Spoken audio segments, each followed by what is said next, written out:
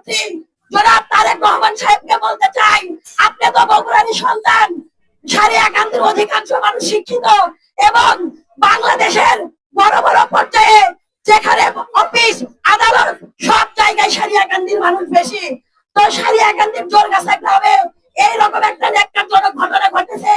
আমি মাননীয় এমপি মহোদয় রফিক কাজী সাহেব এবং মাননীয় প্রধানমন্ত্রী জনাব তারেক রহমানের দৃষ্টি আকর্ষণ করছি, আপনি এই দিকে একটু নজর দেন।